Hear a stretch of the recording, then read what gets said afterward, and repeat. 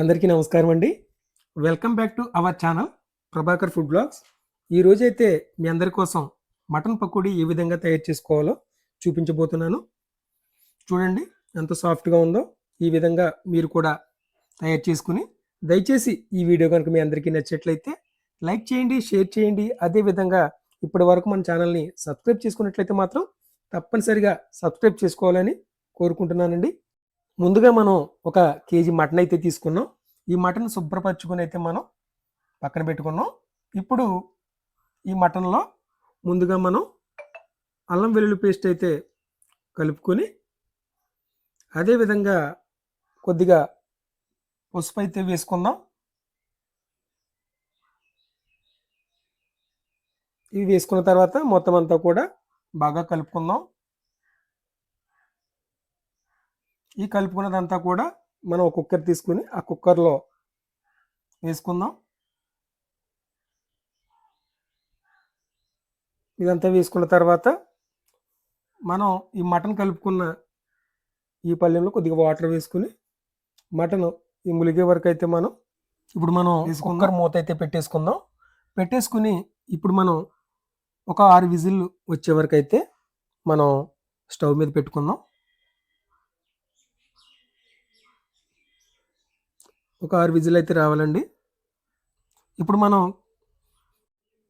ఒక 20 యాలకులు, 16 లవంగాలు, జాజి పువ్వు ఒకటి, అదేవిధంగా దాల్చిన చెక్క ఒక 4 ముక్కలు, బిర్యానీ ఆకు ఒక 4 ఆకులు, ఇవన్నీ తీసుకుని మనం ఒక మూకెట్లో వేసుకుని దోరగా వేపుకుందాం.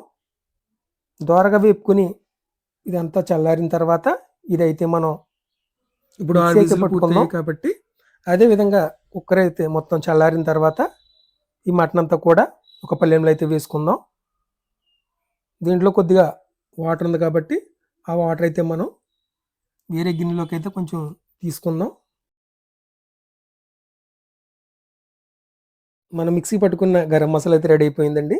అదేవిధంగా మనకు కావాల్సిన సామాన్లు శనగపిండి, కార్న్ఫ్లవర్, జీడిపప్పు, కారం, కసూరి మేతి, ధనియాల పౌడర్, జీలకర్ర పౌడర్.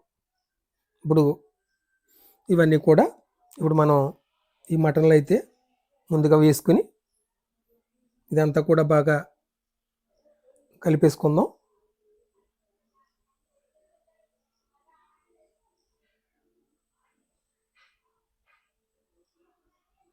చూడండి మొత్తం అంతా కూడా బాగా కలిపేసుకున్న ఇవన్నీ వేసుకున్న తర్వాత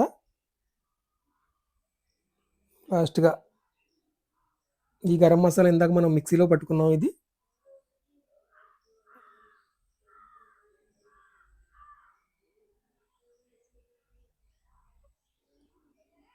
మొత్తం అంతా కూడా బాగా కలిసేలాగైతే కలుపుకుందాం. ఇప్పుడు మనం కొద్దిగా ఆయిల్ అయితే వేసుకుందాం. ఈ ఆయిల్ వేసుకుని అయితే మొత్తం అంతా కూడా బాగా ముక్క అంతా కూడా కలిసేలాగైతే బాగా కలుపుకుందాం.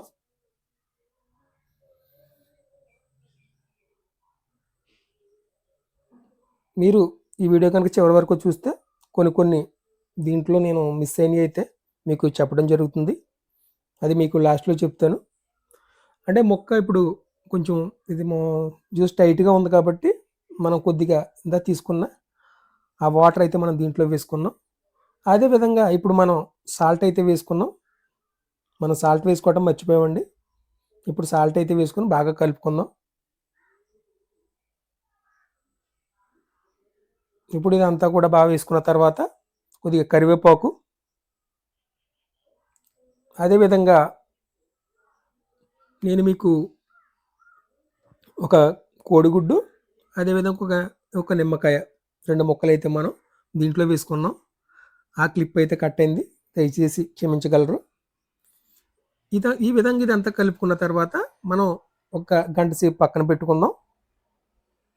ఒక గంట సేపు ఇలా పక్కన పెట్టుకోవటం వల్ల ప్రతి ముక్క కూడా బాగా ఈ మసాలా అంతా కూడా ఫ్లేవర్ అంతా బాగా పడుతుంది కాబట్టి ఇప్పుడు తర్వాత మనం ఒక కళాయి పెట్టుకుని ఆ కళాయిలో ఆయిల్ వేసుకుని ఆయిల్ వేడెక్కిన తర్వాత మనం ఒక ముక్క అయితే ముందుగా వేసుకుని చూసుకున్నాం. అంటే అలా చూసుకోవటం వల్ల ఆయిల్ వేడెక్కిందో లేదో మనకు తెలుస్తుంది. ఆయిల్ వేడెక్కింది కాబట్టి మనం అన్నీ కూడా ఈ విధంగా వేసుకుని 1 నిమిషం గ్యాప్ ఇచ్చిన తర్వాత అప్పుడు ఒకసారి బాగా కలుపుకుందాం. అంటే వేసిన వెంటనే తిప్పేయటం వల్ల ఈ మసాలా అంతా కూడా ఆయిల్‌లో కలుస్తుంది. మొత్తం ఈ మసాలా ఫ్లేవర్ అంతా కూడా మిస్ అవుతుంది. ముక్కలంతా కూడా మసాలా వదిలేయటం జరుగుతుంది. ఒక నిమిషంన్నర గ్యాప్‌లో మీకు మాక్సిమం చాలా వరకు కొద్దిగా టైట్ అవుతుంది కాబట్టి మసాలా పర్ఫెక్ట్‌గా పట్టుకుంటుంది. ఇదే విధంగా మనం ఒక 4-5 నిమిషాలు మాత్రమే వేపుకుంటే సరిపోతుంది. ఎక్కువసేపు అవసరం లేదు. ఎందుకంటే మనం ఆల్రెడీ ఇంచుమించు ఒక 80% ముక్కంతా మనం కుక్కర్‌లో ఉడికించుకున్నాం కాబట్టి ఈ విధంగా చేసుకుంటే మనకు దీంట్లో సరిపోతుందండి. చూడండి. ఫ్లేమ్ ఎప్పుడు కూడా హై ఫ్లేమ్‌లో ఉండకూడదు. మాక్సిమం మీరు లో ఫ్లేమ్‌లో పెట్టుకోండి. అంటే నేను పెద్ద పొయ్యి కాబట్టి కొంచెం ఫ్లేము ఎక్కువొస్తుంది. మాక్సిమం నేను లో ఫ్లేమ్‌లో పెట్టుకొనైతే వేపుకోవడం జరుగుతుంది. చూడండి. చూడండి ఎంత పర్ఫెక్ట్‌గా వచ్చాయో.